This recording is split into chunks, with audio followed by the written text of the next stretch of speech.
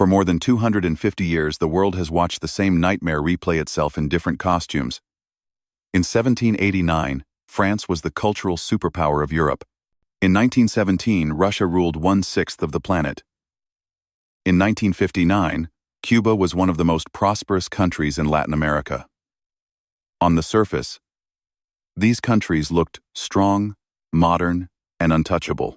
Yet in just a few short years, each of them collapsed into revolution, terror, and dictatorship. Most people think revolutions begin with angry crowds in the streets. They imagine barricades, flags, and soldiers firing into the air. But that is never where the real story starts. Revolutions begin in the balance sheet of a nation. They begin in tax ledgers that no longer add up in debt, that can never be repaid in households where the cost of food, housing, and survival climbs faster than income. Long before the first stone is thrown, the math has already turned against the system. When you line up France, Russia, and Cuba side by side, a pattern appears. 6 stages. 6 repeating steps that turn a rich, confident society into a broken one. The details change. The ideology changes. The slogans change, but the underlying financial physics do not. And when we compare that same pattern to the United States and other modern countries today, the most disturbing question is simple. How many stages have we already passed without realizing it? Revolutions do not begin with fire, they begin with pressure.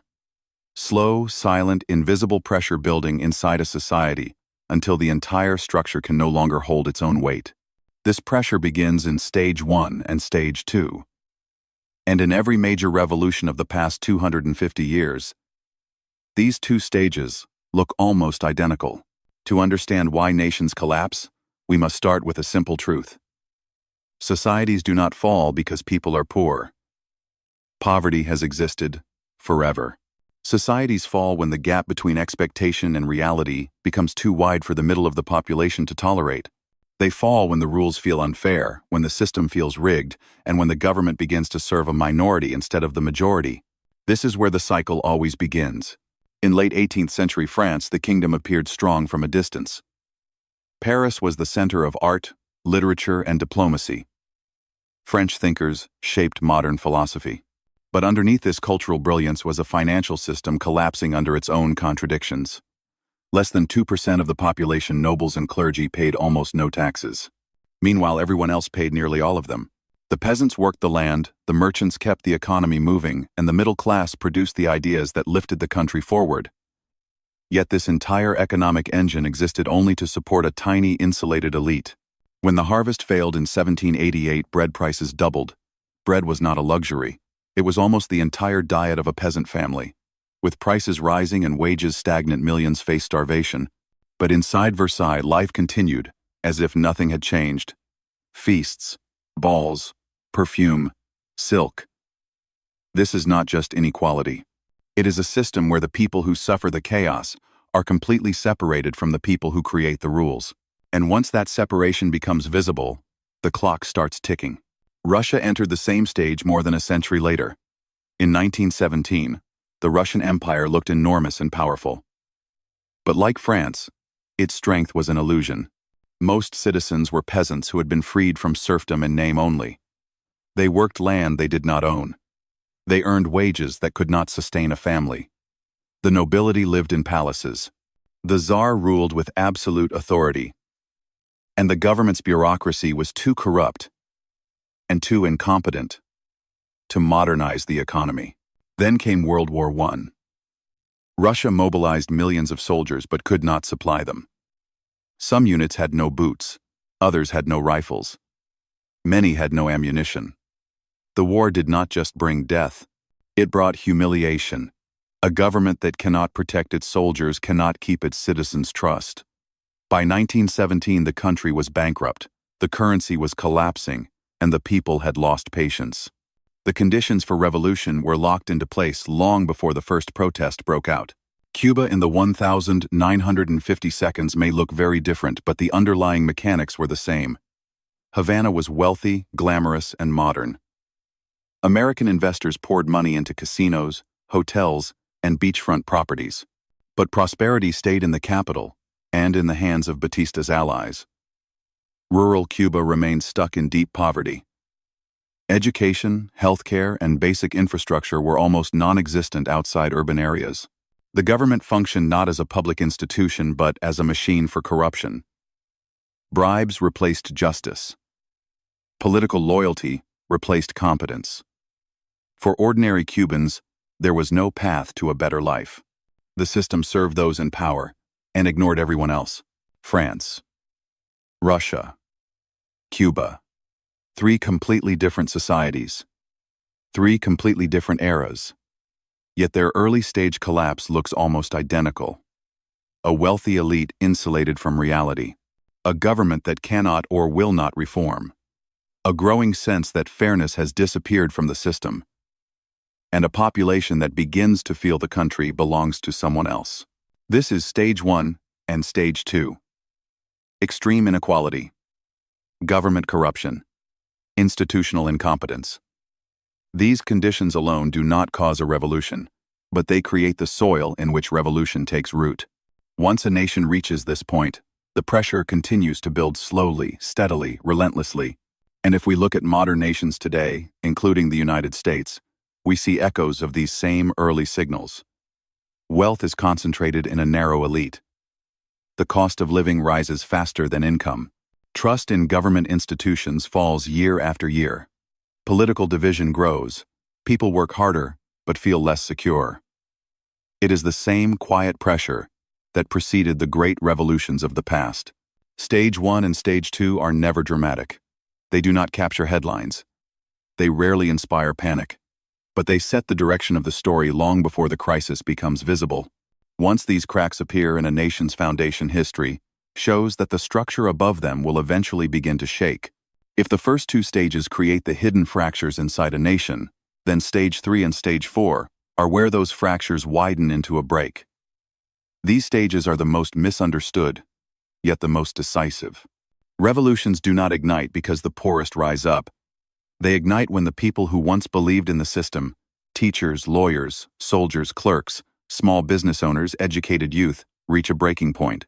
When the middle class loses economic stability and then loses faith in the institutions meant to protect them, the system enters a dangerous zone from which almost no nation returns. This is the story of France in 1789.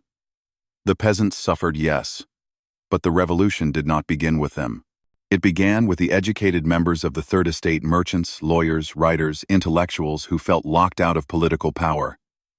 They were not the poorest. They were the backbone of the economy and the carriers of new Enlightenment ideas. When King Louis XVI refused to give them fair representation, they realized the system no longer respected them. Their response was bold and irreversible. They declared themselves the National Assembly and vowed not to disband until France had a constitution. In that moment, the monarchy's authority shattered.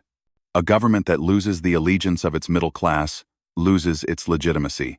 Russia reached the same critical moment in early 1917. Food shortages led to protests, but protests alone do not topple empires. The turning point came when the soldiers, the young men drawn from the middle and lower classes, refused to fire on civilians. The Tsar still sat on the throne, but his power evaporated in an instant. Without the loyalty of the army, the monarchy was a symbol, not an authority. Within days, Nicholas II abdicated. 300 years of Romanov rule ended not with a dramatic war, but with a decision by ordinary soldiers to stop defending a system they no longer believed in. Cuba in the 1950 seconds followed a similar pattern. The rural poor were frustrated, but the decisive shift occurred when students, journalists, teachers, and young professionals turned against Batista's regime. This was the group that should have been building Cuba's future, yet they faced a government that silenced dissent, manipulated elections, and enriched its friends while ignoring everyone else. When the educated youth abandoned the system, they gave the revolution moral legitimacy. Batista could no longer claim to represent the nation when its next generation rejected him. These three cases show the same political physics at work. Stage 3 begins when the middle class feels squeezed between rising costs and shrinking opportunities. Their frustration is economic at first. But Stage 4 begins when they stop believing the system can fix itself. Once trust in institutions collapses, Trust in courts, trust in elections, trust in the media, trust in the leadership. Every political argument turns into a moral one. Compromise becomes betrayal. Opponents become enemies. The public stops arguing about what policies should be adopted and begins arguing about whether the government itself is legitimate. This phase is slow, then sudden. For years, people debate. They complain. They criticize. But somewhere along the line, the debate shifts. The public begins using language that signals they no longer see peaceful reform as possible. The system is rigged. Nothing will ever change. The elites don't care. We need something new. These are not just angry words. They are early signs that a population is psychologically preparing for more drastic solutions. France gave us the tennis court oath. Russia gave us soldiers refusing orders. Cuba gave us student movements organizing resistance. Each moment represents the same psychological shift, the realization that the institutions at the center of the nation no longer command respect. And now when we examine the United States and other modern nations, we see unsettling parallels. The middle class faces rising housing prices, medical bills, and education costs. Young people carry heavy student debt and often cannot afford homes. A majority of citizens believe the political system is corrupt or ineffective. Confidence in Congress, the courts, and the media has fallen to historic lows. These are the exact indicators historians identify as Stage 3 and Stage 4. Stage 1 and Stage 2 describe a nation under pressure.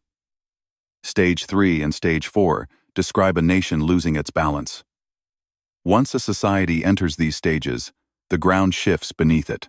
The institutions still stand, but they no longer command loyalty. They still exist on paper, but not in the hearts of the people. This is the moment when the forces of stability weaken and the forces of disruption begin to grow. And in every revolution of the past, once Stage 4 is reached, Stage 5 follows much faster than anyone expects. When a nation enters Stage 5, the fight is no longer about policy. It is no longer about reform. It becomes a struggle between survival and collapse, between groups who believe the only path forward is to tear down the system and rebuild it in their own image. Stage 5 is the moment when moderation dies. It is when the political center empties out, leaving only two increasingly angry poles pulling a country apart. France offers the first and clearest example. Once the National Assembly proved the monarchy had lost its legitimacy, a vacuum formed. And history teaches us that vacuums do not remain empty. They attract the most organized, most ruthless groups. The Jacobins understood that revolutions reward those who control fear, not those who preach unity. They promised justice. They promised purity. They promised protection from enemies, both foreign and domestic. And in a moment of desperation, the public followed them. What began as a movement for rights and representation transformed into the Reign of Terror, where tens of thousands were executed in the name of preserving the revolution. Russia followed the same path with chilling precision. The provisional government that replaced the Tsar hoped to stabilize the country. But once the public lost confidence in its ability to deliver peace, food, and stability, the center collapsed. Lenin and the Bolsheviks filled the vacuum.